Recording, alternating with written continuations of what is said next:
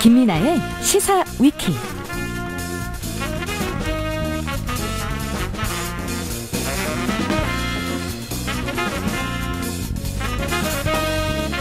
김민아 기자 어서 오십시오. 안녕하세요. 오늘 첫 번째 항목은요. 노동정책 참 산 넘어 산이다 이 말씀 드리겠습니다. 오늘 통계청이 5월 고용 동향을 발표했는데요. 고용 쇼크 이렇게 언론에 보도가 돼서 많은 사람들이 좀 충격을 받는 모습입니다. 그 내용을 소개해 주세요. 그 쇼크가 어느 정도인지. 일단 그 글로벌 금융위기 이후에 처음으로 지난달 취업자 수 증가폭이 10만 명 아래로 떨어졌다 이런 거고요.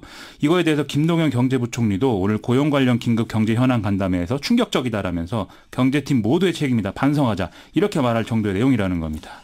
먼저 갑자기 이렇게 떨어진 원인은 뭐라고 얘기를 합니까? 이거에 대해서는 이호승 청와대 일자리 기획 비서관이 청와대 이 페이스북 방송 있지 않습니까? 거기 출연해서 설명을 했는데요. 종합을 하면 일시적 요인일 수 있기 때문에 좀 6, 7월까지 같이 좀 더 봐야 된다. 이런 얘기였습니다. 어떤 일시적 요인이요? 이 고용 통계라는 게 매달 15일이 속한 일주일을 기준으로 잡게 되는데 5월이라고 하면 이제 13일에서 19일간의 이 기간이었다고 하는 거거든요. 근데 이때 봄비치고 꽤 많은 양의 비가 내렸고 전국적으로 또 이게 와서 건설이나 농업 일자리에 좀 이 부정적 영향을 미쳤다라는 건데요. 근데 또 오히려 수치를 보면은 농림어업은 증가한 걸로 나와서 일부 언론에서 좀 반론도 쓰고 그랬습니다. 어디가 줄어들었어요? 교육 서비스업, 제조업, 도매 및 소매업 이런 건데요.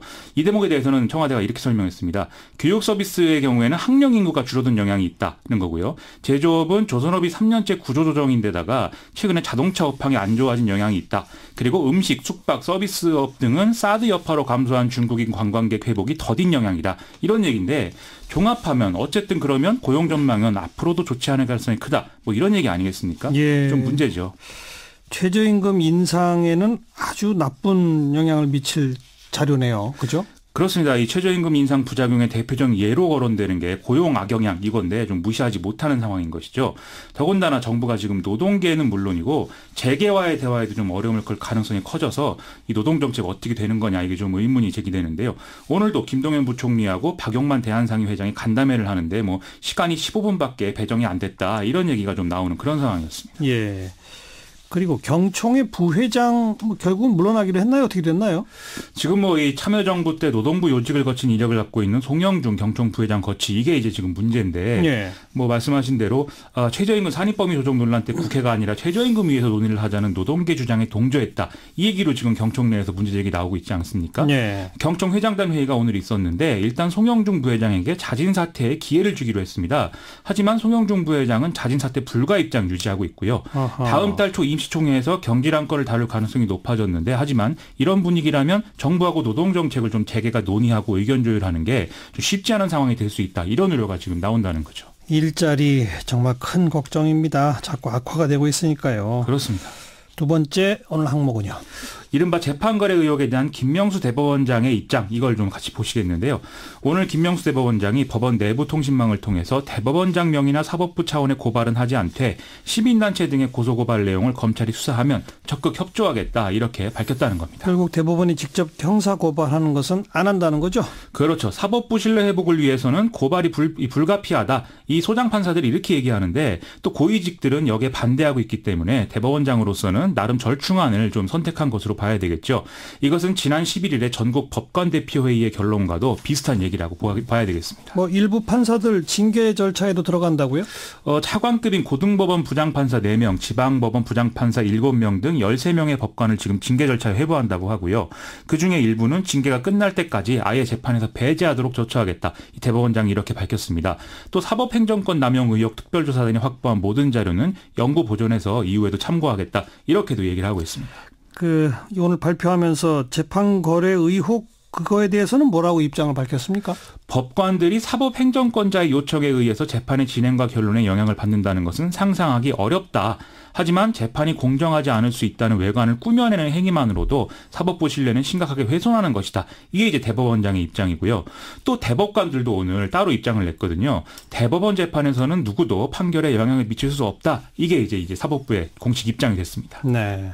어쨌든 공은 이제 검찰로 넘어간 셈이네요. 그렇습니다. 이거에 대해서 더불어민주당 박주민 의원이 페이스북에 쓴 얘기를 같이 볼 필요가 있겠는데요. 문제는 검찰 수사 이유다. 검찰이 기소를 하면 법원이 판단을 해야 될 것인데 이 어떤 판결 결과에 대해서 국민이 신뢰를 가질 수 있느냐 이게 문제 아니겠느냐 이런 얘기거든요. 예. 그래서 또 재발 방지나 또 피해를 본 어떤 그 판결들에 대한 구제 뭐 이런 것들을 위한 입법적 조치가 필요할 수 있다. 이런 얘기를 또 하기도 했습니다. 어쨌든 좀 이런 상황인데 검찰도 운신이 쉽지는 않지만 국민의 신뢰를 얻는 방향으로 제대로 수사를 해야 될 그럴 필요가 좀 있겠습니다. 자, 다음 항목은요. 오늘 안희정 전 충남지사 1심 재판이 시작된 게 또 화제였는데요. 공판 준비 기일이었기 때문에 피고인이 출석할 의무는 없어서 안희정 전 지사가 나오지는 않았습니다. 검찰은 이 사건을 전형적인 권력형 성범죄다 이렇게 주장을 했고요. 안희정 전 지사 측은 이 성적 접촉이 의사에 반해서 이루어진 것이 아니다라고 맞서는 그런 형국이었습니다. 네. 결국은 법정에서 치열한 공방이 예상되네요. 그렇습니다. 그런데 이게 이런 재판의 경우에는 좀 사실관계가 재판 과정에 쭉 나오기 때문에 2차 피해에 또 우려가 있어서 걱정이 된다. 이런 지적이 나오는데요. 오늘도 이제 안희정 전 지사가 뭐 맥주, 담배 이렇게 심부름을 빙자한 메시지를 보내서 피해자를 숙소로 오게 했다. 이런 내용들이 좀 언론에 보도되지 않았습니까? 네. 그래서 이런 게 재판에 막 여과없이 보도되는 상황이 있을 수가 있기 때문에 검찰은 2차 피해를 우려해서 재판 전체 심리를 비공개로 진행해달라. 이렇게 요청한 상황이고요. 이제 오늘 22일에 2차 공판 준비 기일이 열리면 7월 중에 본격 심리가 진행이 된다고 합니다. 그리고 그 여고생 제자들 성폭행한 시인 징역 8년 확정됐죠? 그렇습니다. 이 시인 배용재 씨에 대한 상고심 오늘 진행이 됐는데요. 징역 8년과 200시간의 성폭력 치료 프로그램 이수를 명령한 원심 판결이 확정이 됐습니다. 배용재 씨는 2012년부터 2014년까지 실기교사로 근무하던 학교의 미성년자 여학생 5명을 성범죄의 대상으로 삼는 그런 악행을 저질렀는데요. 배용재 씨는 문예창작대회에 출전한 학생을 추천하는 그런 권한을 갖고 있었기 때문에 수시 전형을 통해서 입시를 준비했던 학생들 입장에서는 범행에 제대로 대응하지 못하는 전형적인 권력형 성범죄였다. 이런 얘기입니다. 네. 이번 기회에 이런 권력형 성범죄 정말 뿌리 뽑혀야 할 텐데 말이죠. 이 미투 운동이 촉발한 현상 아니겠습니까? 이게 우리 사회를 바꾸는 계기가 돼야 될 텐데 지금 침묵하는 다수의 조용한 반격, 이른바 백래시 현상을 경계해야 된다. 이런 지적도 많이 나오죠.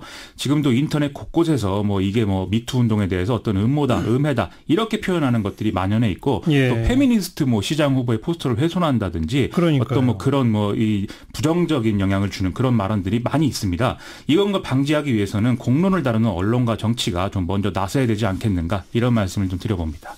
수고하셨습니다. 고맙습니다. 김민아 기자였어요.